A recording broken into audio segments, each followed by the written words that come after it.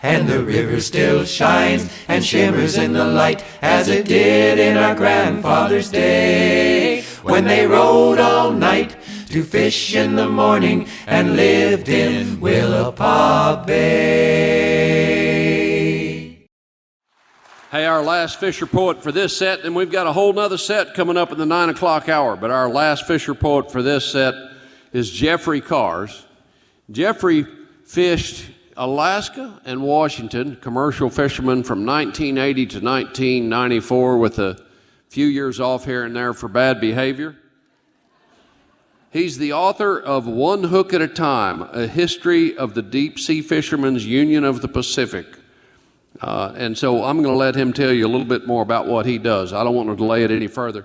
Jeffrey, come on up here to the stage, pard.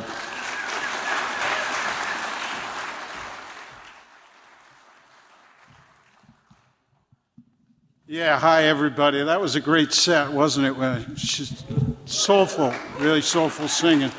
You gotta love it. I wrote a book, One Hook at a Time, for the Deep Sea Fishermen's Union. You can get a copy at I always call it the Bait Shack, but I know that's wrong. Anyway, you can get it at the Shack then. And today I'm gonna read. You know, when you start fishing, when I started fishing, it was not really very good. It was the early 1980s. Price was bad. Anyway, it made for some great stories. And I hope I don't offend anybody when I read this, because, well, it's not all true, but a lot of it is, unfortunately. I lived through it. And this story is called The Bite. Okay, if you know what a bite is, it's like a loop of line that you get caught around your ankle, okay? When the line cinched up around my ankle, I didn't fear anything. But Hillbilly's eyes became as big as silver dollars. He whipped his knife out and wildly shoved it under the long line. I felt worse for him than myself, as he was afraid and panicking for my benefit. I told him to be calm, in part because I couldn't process that I was just a firm tug away from going deep. But I'd also made a quick calculation. We were fishing in at least 350 fathoms of water, or around 2,100 feet. With a 25-fathom shot of buoy line thrown in, that meant about 2,250 feet of line. After dropping the anchor, we tossed most of our buoy line overboard when I found myself in the bite. I had a solution if the crew acted quickly, and in that quiet moment of waiting for life or death, I wonder how I found myself in this quandary.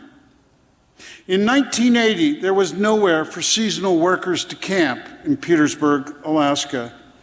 Petersburg Fisheries Incorporated had expanded the processing plant without providing housing, so most of the summer workers lived in the muskeg, the swamp found in southeast Alaska's temperate rainforest.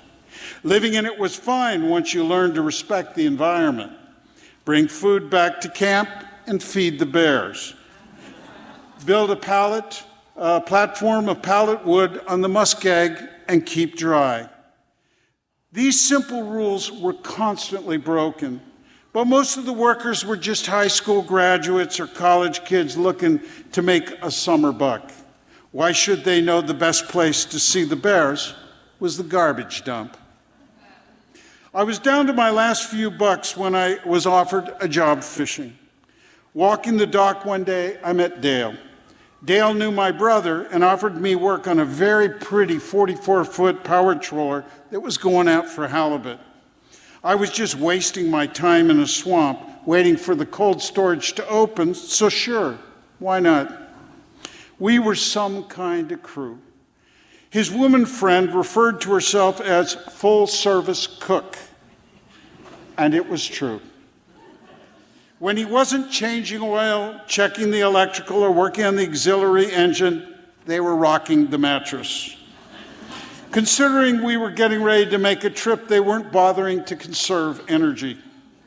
I guess it really wasn't much of a surprise. Then Dale hired a young guy who was famous for trying to rob a bank and catch a can. when he was 16.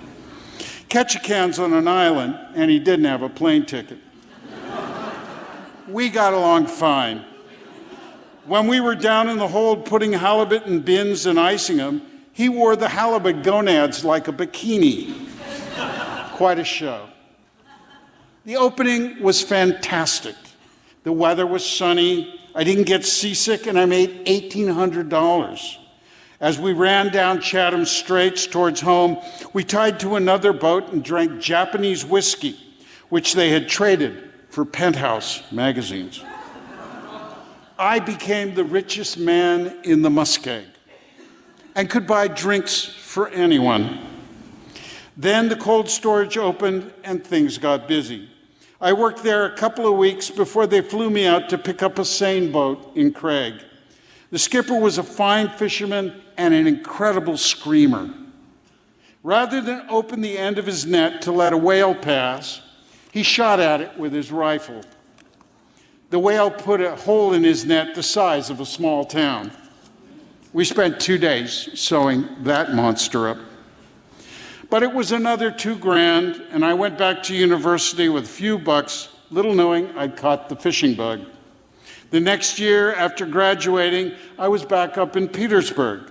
There in the harbor was a longline boat run by a hippie couple. My good friend Paul was a member of the crew. All the other longriders were already on their way to the grounds, but they were still in harbor because someone had put sugar in their diesel. The perp suspected that Paul, who had fished with him, had taken his Loran readings, which in those days were the key to the fishing grounds, as they located longitude and latitude. But it was good for me. Because they were delayed, I went out on the opening with them. And when one of their crew members took a hook to the big fleshy pad below the thumb, I was enlisted as crew. They gave me a half share, which came out to $400. Fishing was already going downhill financially.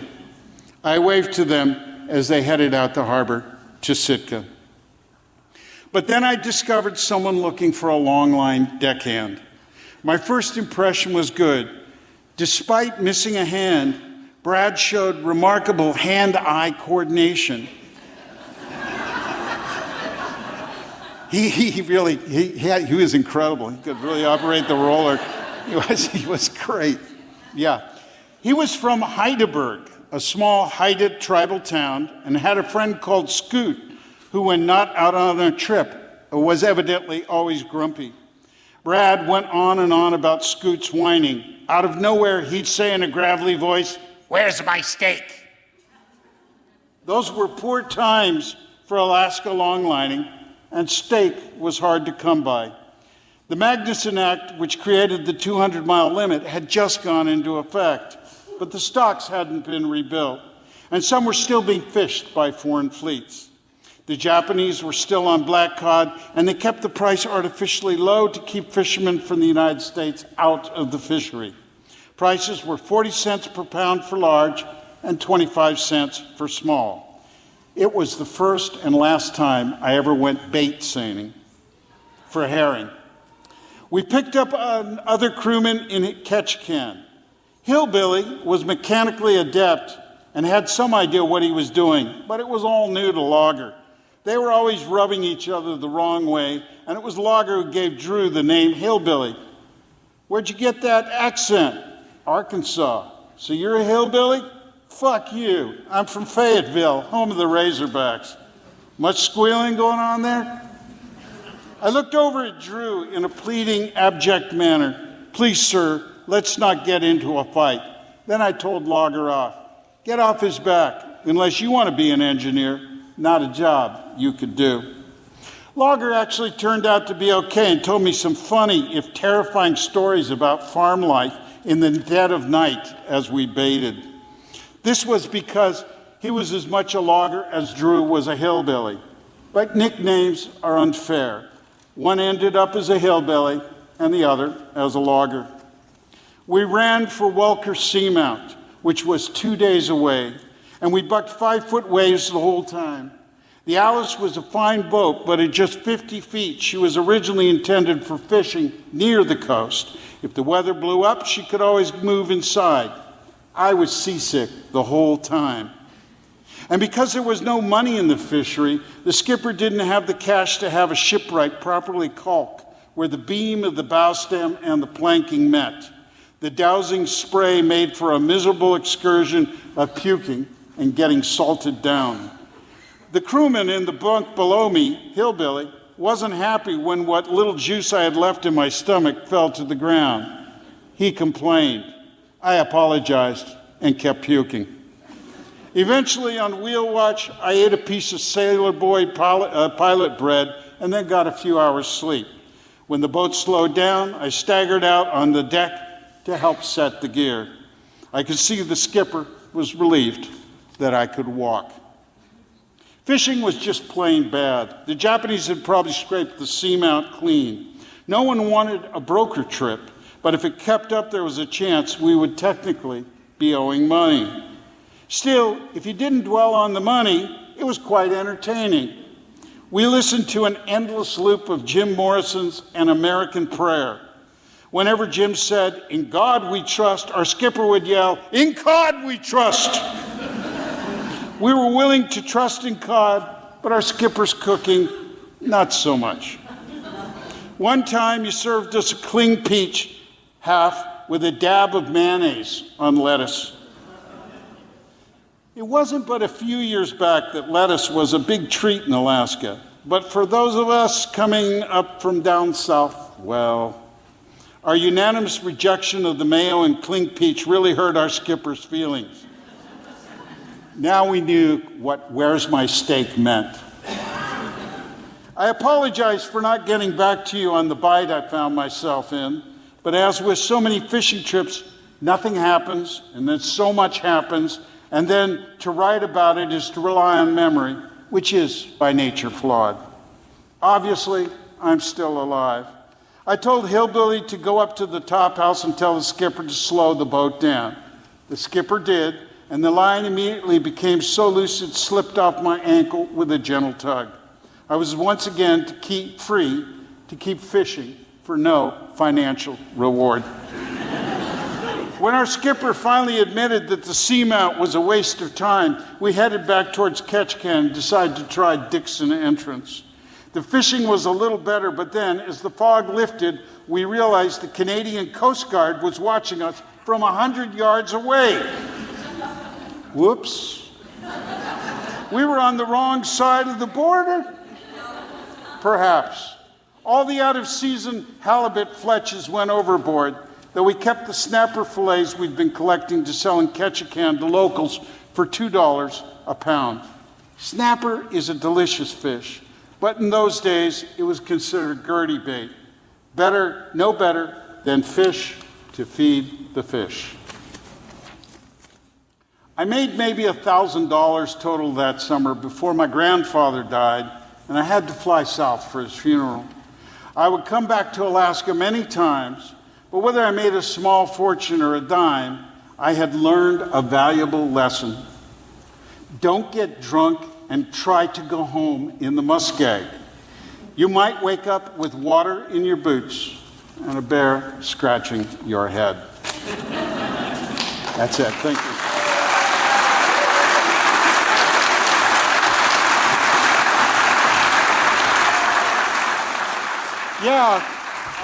Just one last little poem. I think a lot about the difference between being at sea and watching the sea. Most people's experience of the ocean is on a beach or something, this kind of oceanic effect, it's eternal and so forth.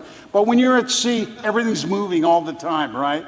And so it's it's such a different experience of what the sea means to you. And I wrote this about running. I was thinking about running, when you get in a boat, you run one place, you run another when you're fishing. You're on the move trying to catch them and things like this. So this is a poem called Running Song. And you have to imagine and remember that you're looking at your charts or, now they have GPS, but You're checking the depth, and you can actually see the pinnacles in the water. It's a three-dimensional view of water, okay? And you have to imagine that as you're running, because part of it's just movement on a straight plane, or on a relatively straight plane, and the other side is this idea of depth. It's called Running Song. I will rid myself of these footsteps. Today, tomorrow, I become the other stride, inevitably strutting about something somewhere out there. I wish I understood plowed land, but see furrows and sway. I return to waves, foam on crests, pass between a channel's stone walls and the green weight of the forest, till open water splits the difference between kelp beds, plots my walk among the waking, pushes open doors. Islands spring up from the floor. Thank you. Oh Lord, same damn river, 40 years of working, all I had to give her. Hard on my back and it won't get better, gonna put that riverboat down forever. Load up firewood and cotton, folks who got the tickets and the folks who never bought 'em. Lean against the throttle, hope we get her off the bottom. Hear that whistle in the middle of the night, forgotten.